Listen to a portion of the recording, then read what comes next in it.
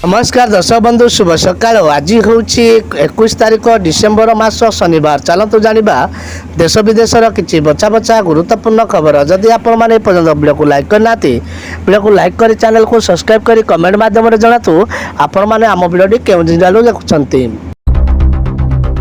चाषी पाई खुशी खबर मात्र 5 टंकार मिल पंप कनेक्शन।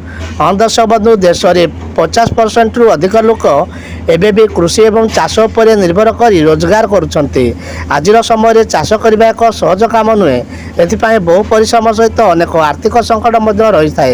तेणुक सरकार तरफ 5 टंकार पंप कनेक्शन दि जाउछि।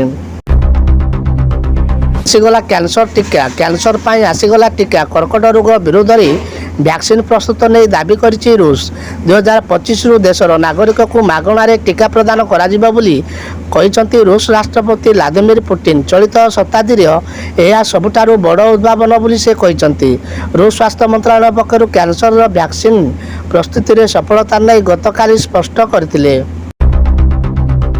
नूआवर्ष मालामाल ए चाषी मिल बड़ खुशी खबर। नूआवर्ष चाषी खुशी खबर नहीं आसी। नूतन भारत भारतीय रिजर्व बैंक चाषी को एक बड़ उपहार देवाक जाऊँगी। आरबीआई चाषी बिना कौन बंधक लोन देवाक सीमा को 2 लाख टंका वृद्धि करा जायछि। प्रधानमंत्री आवास योजना द्वितीय चरण आरंभ। नुआ घर पर केमिति करेंगे आवेदन जानी नियंतु। जदि 2.0 प्रधानमंत्री आवास योजना द्वितीय चरण पर आवेदन करने को चाहते कि आज आम आपण उपयोगी सूचना आनीचु कि आवेदन करें किए करें ना से विषय सबकि जाने वीडियो माध्यम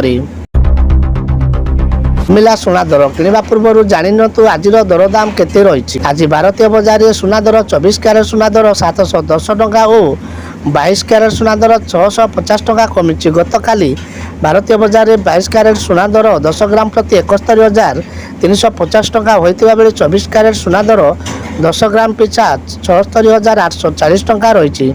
सेपरी भुवनेश्वर सेम प्राइज रही। जनवरी हिताधिकारी को मिल मासिकिया राशन। खाउटी कल्याण मंत्री देले बड़ सूचना। साधारण बंटन व्यवस्था जोग हिताधिकारी मानक एणिके आसंता जनवरी मासरू मासिकिया राशन प्रदान करा जिवो। प्रत्येक मासरे राशन पूर्व मासर शेष सप्ताह सुधा प्रदान कले हिताधिकारी माने उपकृत होई पारिबे बोली खाद्य जोगाण और खाउटी कल्याण मंत्री कृष्णचंद्र पात्र कहिसंती।